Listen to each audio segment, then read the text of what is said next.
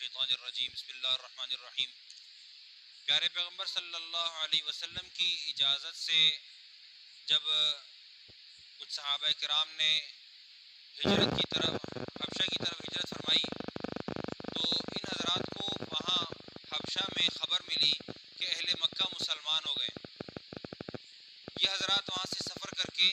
واپس ہوئے اور جب مکہ مکرمہ کے قریب پہنچے تو معلوم ہوا کہ خبر غلط تھی۔ حالات جو کہ تو ہیں ایسی کوئی بات نہیں ہے، یہ غلط خبر اڑائی گئی تھی اور ہمیں دھوکہ ہو گیا ہے اور اب ہمارے پاس واپسی کی سبیل بھی نہیں ہے۔ یہ حضرات کوئی چھپ چھپا کر، کوئی رات کے اندھیرے میں، کوئی کسی کی امان لے کر مکہ مکرمہ میں واپس داخل ہو گئے۔ ظاہر ہے کہ آبائی وطن تھا، کیسے چھوڑ سکتے تھے، واپس آ گئے۔ اب جب مشرکین مکہ کے ہتھے چڑھے تو ان لوگوں نے زیادہ شدت کے ساتھ تکلیف دینا شروع کر دی، اور جب وہ تکالیف بہت بڑھ گئیں، پانی سر سے اونچا ہو گیا تو پھر دوبارہ ان حضرات نے پھر ہجرت کی۔ ان حضرات کے ساتھ اور بھی بہت سارے لوگ جو نئے مسلمان تھے، تکالیف سہ رہے تھے، وہ تمام بھی ساتھ شامل ہو گئے۔ لگ بھگ کوئی 83 افراد اور 16 عورتیں تھیں، بعض روایت میں 80 افراد اور 16 عورتیں تھیں۔ تو ان حضرات کے نام خصوص ذکر کرتا ہوں، چونکہ ہمارے ہاں صحابہ کرام رضوان اللہ علیہ اجمعین کے ناموں پر نام رکھنے کا ایک سابق میں رواج رہا ہے اور ابھی بھی کہیں کہیں یہ روایت ملتی ہے۔ ممکن ہے کہ ہمیں ایسا کوئی نام مل جائے جو ہمارے ہاں آنے والے مہمانوں میں سے کسی کا رکھا جا سکے، اور بہت ممکن ہے کہ ہمارے گھروں میں ہی وہ نام موجود ہوں لیکن ان کے فضائل میں سے کچھ بھی ہمیں معلوم نہ ہو۔ تو ان مردوں میں عثمان ابن عفان، ایک طرف میں مردوں کا ذکر کرتا ہوں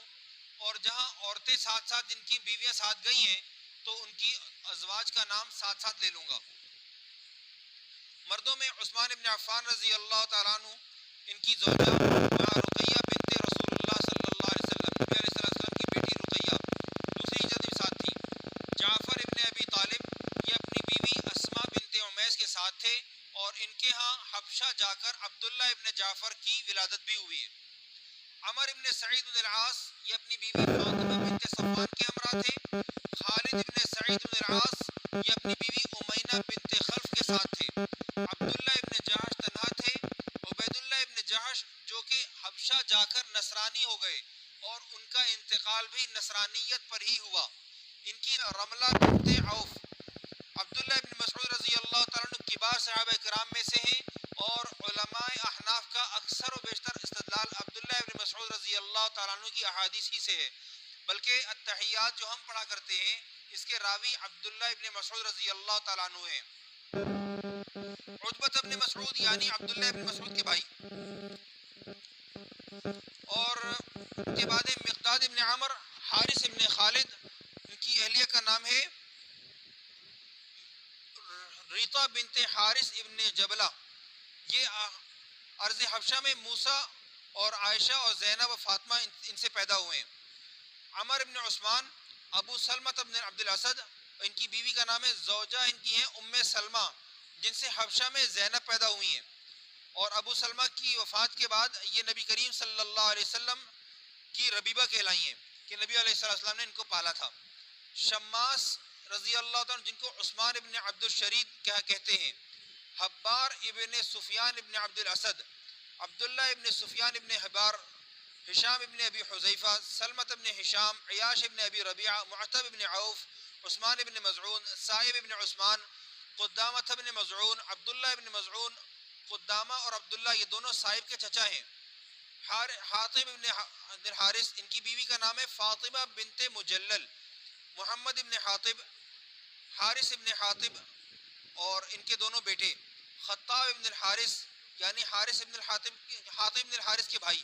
ان کی بیوی کا نام ہے فقیہ بنت یسار، سفیان ابن معمر، ان کی بیوی کا نام ہے حسنہ،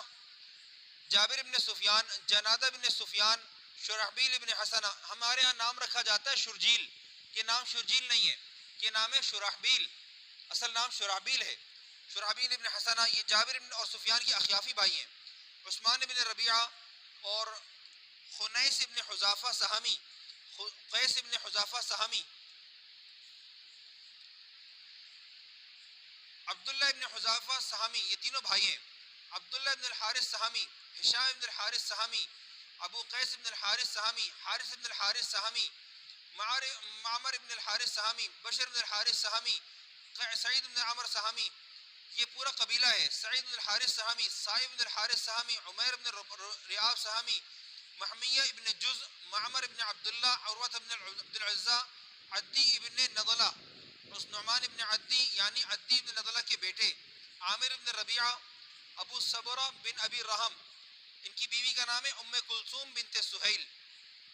عبداللہ ابن مخرمہ، عبداللہ ابن سہیل ابن عمر، سلیط ابن عمر، سکران ابن عمر یعنی سلیط کے بھائی، ان کی بیوی کا نام ہے سودا بنت زمعہ،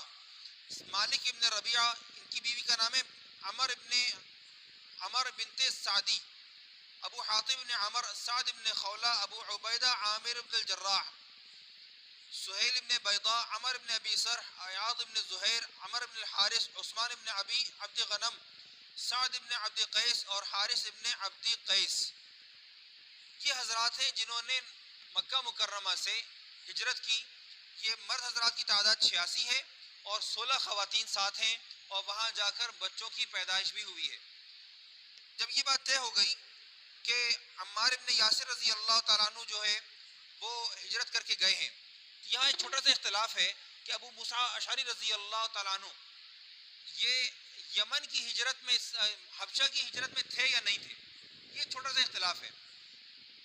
کچھ لوگوں نے خاص طور پہ ابو اسحاق نے ان کو روایت کیا ہے کہ یہ مہاجرین حبشہ میں شامل ہیں، اور بعض لوگ واقعی وغیرہ اس کا انکار کرتے ہیں، تو ہم ان کے انکار کو قبول کرتے ہیں، لیکن یہ 7 آئے ہیں سن 7 ہجری میں. تو یوں کر کے یہ ان کا سفر ہے. اللہ رب العالمین آگے بھی چلنے کی توفیق عطا فرمائے. اب اس کے بعد جو ہمارا سبق ہوگا وہ عمر ابن العاص اور عبداللہ ابن ابی ربیعہ کا نجاشی کے دربار میں پیش ہونا اور ان حضرات کا راستہ روکنے کے لیے نجاشی کی ذہن سازی کرنا، اور خاص طور پر یہ چاہنا کہ نجاشی شاہ حبشہ، یہ نجاشی بزرگ آدمی تھا، بادشاہ تھا، نصرانی تھا، یہ صحابہ کرام کو بلا کر ان کی بات نہ سنے، صرف اور صرف عمر بن العاص اور عبداللہ ابن ابی ربیعہ کے کہنے پر اللہ تعالیٰ نے مخاطب ہو کر واضح الفاظ میں کہا کہ ہم اللہ کے نبی کو مانتے ہیں اور ہم تمہیں سجدہ نہیں کر سکتے، اس لیے کہ مسلمان کا سجدہ صرف اور صرف اللہ رب العزت کے حضور ہوا کرتا ہے. تو انشاءاللہ اگلا سبق یہ والا ہوگا. وآخر دعوانا الحمدللہ رب العالمین.